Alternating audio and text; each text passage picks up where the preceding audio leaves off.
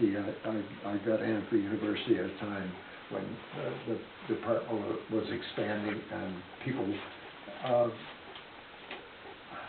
I don't know what to say, I was able to brainwash the students or what, but students were interested in pots. They wanted to be potters. When I retired, which was back in '89, students were less interested in being potters. They wanted to be artists. And to be an artist, they felt they had to do something that had never been done before, or something that was going to get them publicity in a magazine or something like that. And so there was less interest in just in being a potter, to make pots and enjoy making pots and make the best pots you can, and more interested in getting an attention. And so I retired at just the right time, you know. But when I taught, I liked teaching. When I retired, I was so happy I was out of there and not involved. It's not that making pots is a better thing. It's a different thing. And I think it's perfectly right that there are a lot of people who are not making pottery today. They're making objects. They're making conceptual art. They're making sculptural things. This was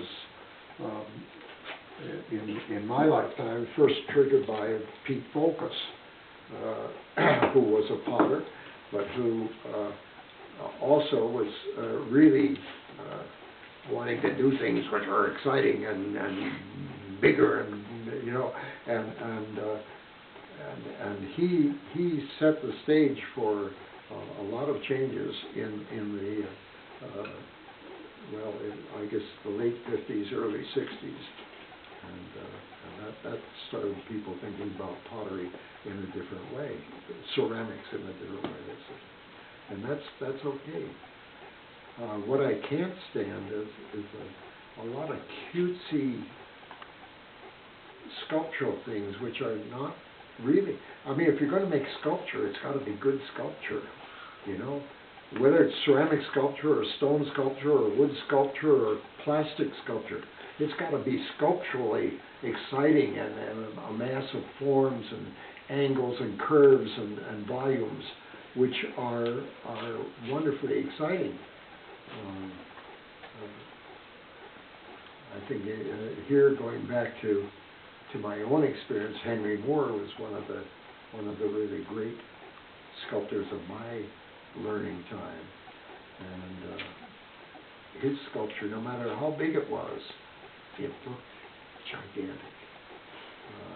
I'll never forget, we had an exhibition at Chicago. It was the first Moore exhibition that had ever been held.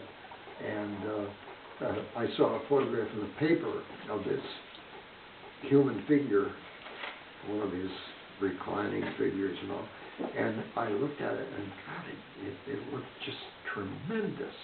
And when I saw it in the exhibition, it was about that long. You know? He also did tremendous human figures which spread out and were sizable and gigantic, but all of his work looked generous. All of his work had a generosity about it which was just unbelievable.